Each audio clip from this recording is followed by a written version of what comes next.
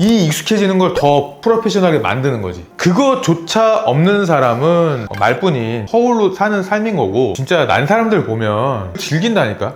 제목은 성공한 사람들이 이 원리를 알고 있습니다. 긍정확언, 자기 암시 이런 내용인데, 첫 번째 질문은 긍정확언을 반복하는 노력이 실제 성과로 이어지지 않는 현상을 많은 사람들이 또 경험하지 않습니까? 둘 사이에 어떤 연결고리가 끊어지는 결정적인 지점은 어디라고 보시나요? 확언을 하는데 어떤 성과가 없다는 거잖아. 행동이 없는 거야. 행동이 없고 디테일한 어떤 그 계획이 없는 거야. 기록하고 말로 하고 진짜 안 하는 것보다 100배 좋아. 그거까지만 좋다는 거지. 그 다음이 없기 때문에 왜 나 안 되지? 뭐 연봉 몇 억 돼야 되는데, 차 뭐 뽑아야 되는데, 그런 것들이 안 되니까 이제 이런 어떤 내용들이 이거 사기다, 이거 안 되는 거다 라고 대부분의 사람들이 말을 하는 건데, 이렇게 하고자 했던 게 뭔가 이제 계획이 세워지면은 구체적으로 가야지. 이번 달 뭘 할지, 이번 주에 어디까지 할지, 더 중요한 건 뭐야? 오늘 뭘 할지. 그에 따른 구체적인 어떤 플랜들이 명확하지 않은 거야. 시크릿 봤어. 나는 그럼 이제 내년부터 영화를 그리겠다. 시나리오를 썼어. 좋아. 근데 그 시나리오를 쓰면 안 되잖아. 거기에 따른 구체적인 뭐 연습을 하든가 그 연극을 무대에 올리기까지 과정이 필요한 거잖아. 어떻게 대박이 날지 마케팅도 필요하고 그런 것들이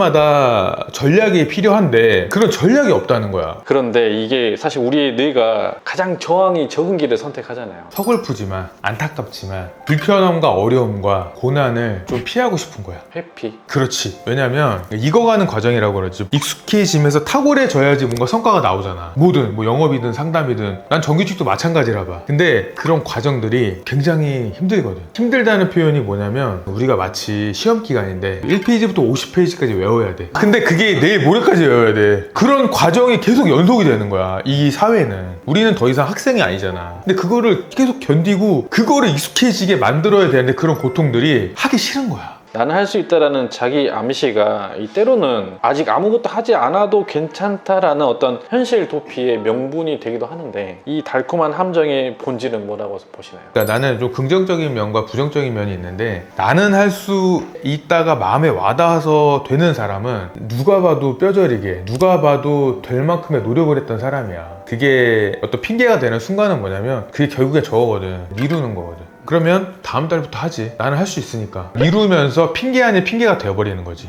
본인이 진짜 버티면서 했던 시간들이 축적되지 않으면 의미가 없다고 생각하거든. 이렇게 말로 계속 할 수 있다라는 것과 수많은 실패와 한 번의 어떤 성공 경험으로 각인된 자신감. 자신감이 결이나 질이 다르잖아요. 이 전자가 후자를 절대 이길 수 없는 이유. 가장 무서운 사람, 달리 말하면 가장 가능성이 큰 사람, 가장 가능성이 높고 포텐셜이 터질 확률이 가장 뜨거운 사람이 누구냐면 지금 성과가 없어. 근데도 가는 거야. 두렵지만. 그게 쌓여가는 거거든. 켜켜이. 그런 거를 매일매일 경험하다 보면 어느 순간 딱 뭐가 생기냐면 내가 좀 실력이 늘었구나. 그럼 이제 거기서 좀 난 사람은 2번을 시작해야겠다. 익숙해졌다. 이 익숙해지는 걸 더 프로페셔널하게 만드는 거지. 그거조차 없는 사람은 이제 뭐 솔직히 말해서 말뿐인 허울로 사는 삶인 거고, 진짜 난 사람들 보면 즐긴다니까? 그러면서 자기 인격도 도야가 되고 일도 잘하는데 뭔가 내공이 깊어지는 거야. 왠 줄 알아? 그 인내와 기다림이라는 시간을 그 사람은 버텨왔기 때문에 결과 한 포인트가 아니라 인격과 그런 품성들도 같이 성장한 거야. 그게 자기 위안인데 명분 없는 자기 위안이지. 적고 사진 찍고 좋아. 근데 그게 행동이 뒷받침되지 않으면 씨앗이 발아도 안 되는 거야. 씨앗이 묻었는데 안 나와. 그런 게 없는데 뭔가 기대하고 바라고, 그거는 럭키 펀치도 될 확률이 없는 거지. 경기장에 들어가지도 않았으니까. 각자 살아온 그 궤도가 있잖아.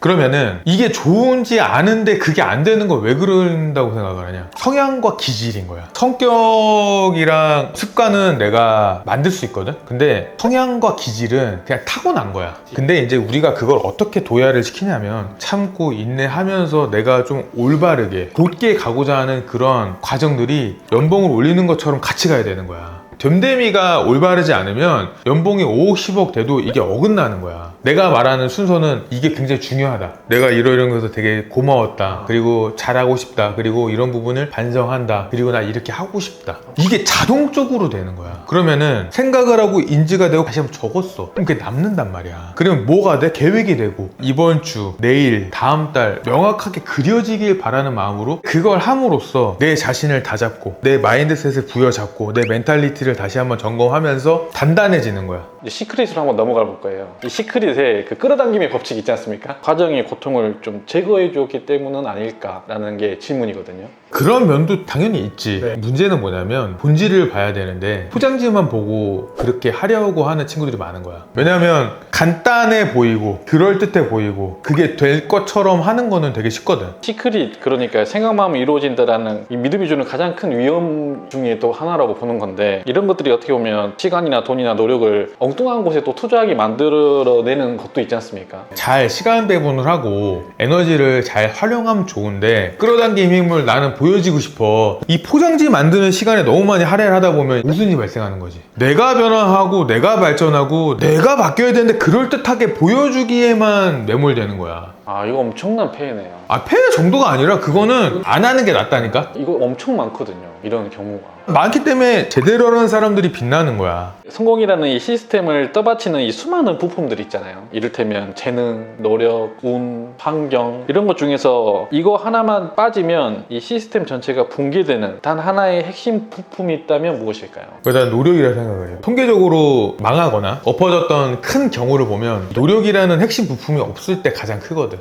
노력이 있으면 환경도 만들고, 노력이 있으면 재능도 되고, 노력이 있으면 내가 시스템을 만들 수가 있어. 결국은 이게 내가 볼 때는 엔진 같아, 엔진. 근데 가장 힘들고 어렵고 고되니까 이 부분을 싹 드러내고 싶은 거지. 그래서 그거를 하는 척, 하고 있는 척, 잘하는 척, 그런 것들은 진짜 망하는 지름길이다. 이제 우리는 무엇을 생각해야 하는가가 아니라 어떤 행동을 측정하고 개선해야 하는가를 이제 질문을 해야 되는 거죠. 당신의 성공을 위해서 지금 당장 추적해야 할 단 하나의 행동 지표는 무엇일까요? 가장 중요한 거는 계획이야, 계획. 근데 이제 거기서 끝나면 안 되지. 어떤 뭐 시크릿이나 끌어당김이 계획으로 끝나면 안 되잖아. 늘 말했지만 정리를 하고 거기에 대한 실행 방향, 실행 방안, 구체적으로 그거를 적어야 돼. 익숙해지기 전까지는. 누구는 단어 하나로 그게 하루가 일과가 끝날 수 있지만 미숙하면은 그 단어를 보고서 내가 뭘 해야 될지 모른다고. 그럼 뭘 해야 될지 적어야 돼. 뭘 해야 될지는 아는데 그럼 그 막연함을 또렷하게 만들어주는 거는 다이어리 피고 적어야 된다니까? 그러면 그 적은 게 2페이지건 3페이지건 딱 보잖아? 그러면 되게 한편으로는 부끄럽고 한편으로는 한심스러울 거야.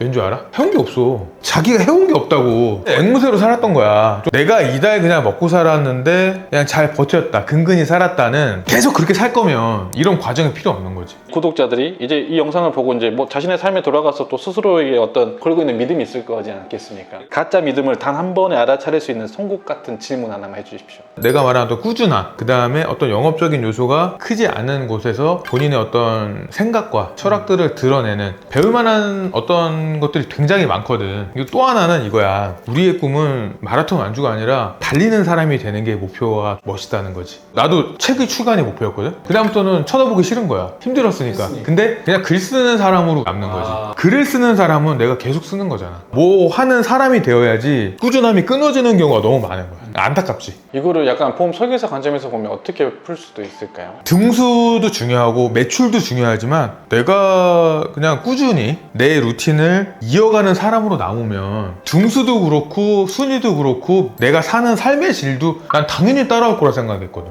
넓게 보면 꾸준히 하는 사람으로 사는 게 내 목표였던 거지. 왜 등수를 얘기하고 막 수영이 형 이기고 싶어? 그거는 좀 그레이드가 낮다는 거지. 근데 그렇게라도 아둥바둥 하는 모습은 없는 것보단 좋은데, 내가 눈을 뜨고 잠들기 전까지 내 혼을 갈아넣고 최선을 다하고 기절할 정도로 한다? 못할 수가 있을까? 자, 담대로 얘기할게. 나는 1등은 아니었지만 포스팅 하루에 3개는 내 설정 값이었단 말이야. 그걸 따라할 수 있는 사람이 있었을까? 그럼 그 매출과 등수는 자동으로 오는 거야. 마지막 구독자분들께 조언, 메시지, 정리 차원에서. 학원도 없는 사람이 너무 많다. 학원부터 좀 만들고, 학원이 생겼다면 생각만 하지 말고 정말 구체적인 계획을 좀 세우고 그 구체적인 계획을 실행하는 결단력을 제발 좀 키우길 바란다.